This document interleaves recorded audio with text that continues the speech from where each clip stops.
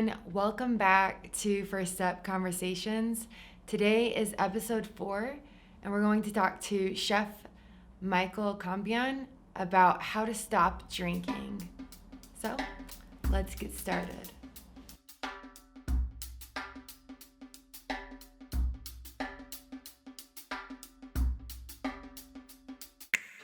My name is Chef Michael Compean, and I'm the chef with First Step Recovery Center in Scottsdale, Arizona. I've been clean and sober been clean for about 3 years. I've been sober for about 2.5, and I guess really the secret for me is, I've been to rehabs all over the place. I mean, Chandler Valley Hope, Crossroads, and that's kind of really is the first step, to recover, because you're kind of in that place where you don't know how to change, and you just you're a little bit ignorant. So going to a recovery facility is definitely the first step to get things moving. Now, as far as sustainability, for me, I think that I'm not at the level of success that I ultimately want to be at, but I can tell you that 2 years ago, I was broke, and I was literally looking for pennies in the couch cushions to gather up enough change for when Circle K opened to get booze. And I think that a lot of people in addiction have been in that same situation, and nobody wants to be in that situation. It's disgusting. It's horrible. And I woke up one day and I realized that it's not who you want to be. And I think changing your identity is key for me, and it can be kind of a magical thing. It's act as if, people say. So you want to be a drug addict, act like a drug addict. I just changed my identity and who I perceived myself, and I went in the direction that I wanted my life to go. I first started drinking heavilier when I got my first chef position. I was the head chef at a historic hotel called the Culver Hotel, and you play the chef part, and there was just, I have high standards, so I put a lot of pressure on myself to do a good job. And one of the things I found was that if I took a shot before service, I got through. I kind of got me through, just anxiety and just self-doubt and negative feelings that you have. It just kind of got you through, the stressful food service, as a chef. And you're new to drinking, and what you don't realize is that you build up tolerance, and all of a sudden it's a shot every couple of hours, and before you know it, there's bottles in your chef's office, and there's bottles in the walk-in, and it got to a point where, I'm being a little dramatic here, but I needed a drink to walk across the street, and that's just stupid, and you got a problem when you're losing jobs.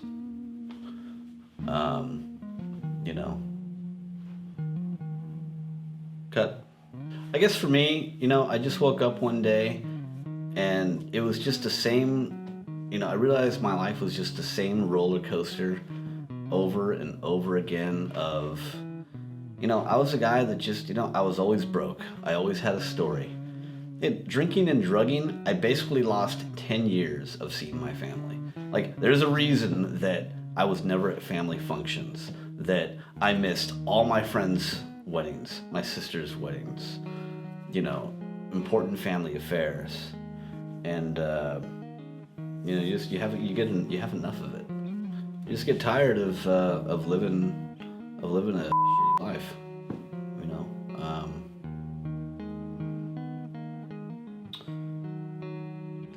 So the great thing for me about cooking for recovery centers, I've a couple of different centers, including First Step Recovery, is that I cook 7 days a week, 3 meals a day.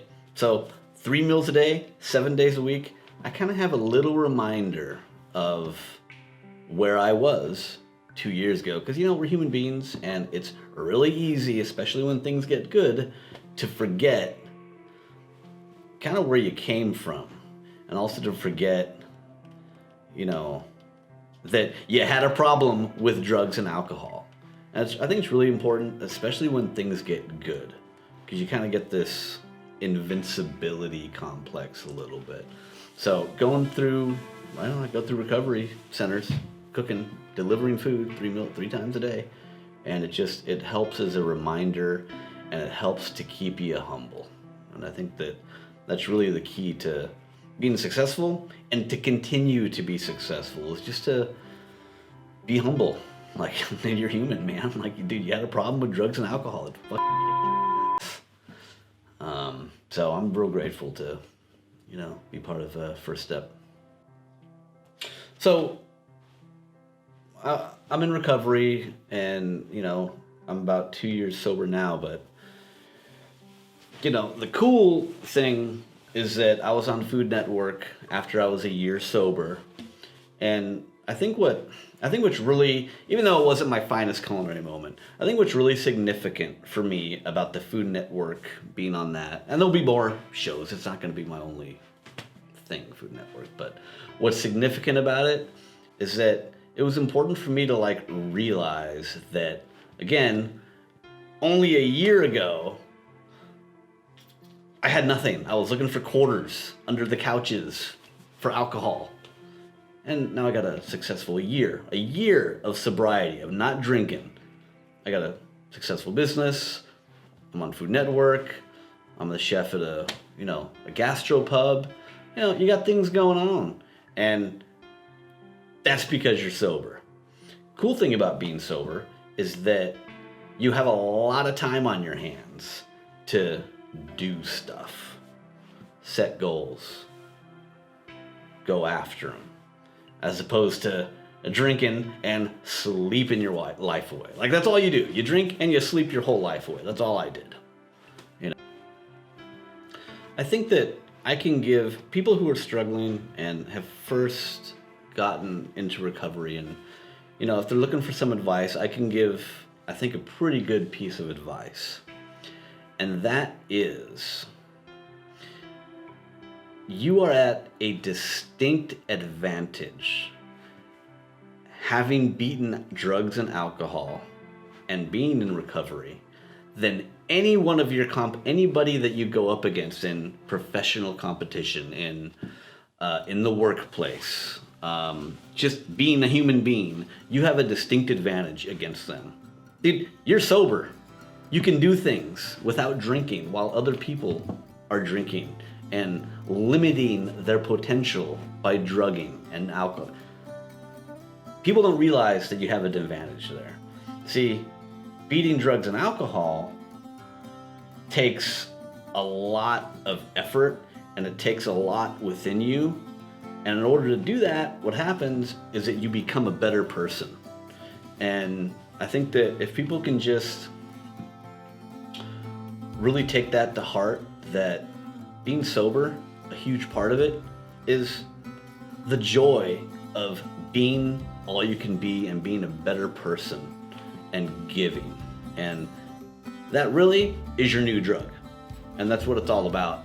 In the end, it's about finding a new, sustainable, healthy, proactive drug. Whereas drugs and alcohol in the traditional sense, it's really just a trap. So be all you can be. That's the advice I can give to people. Thank you so much for tuning in today. If you have a question or a topic you'd like us to make a video on, leave it in the comments below. And don't forget to hit subscribe if you like what you see. Until next time, be blessed and stay sober. Thank you.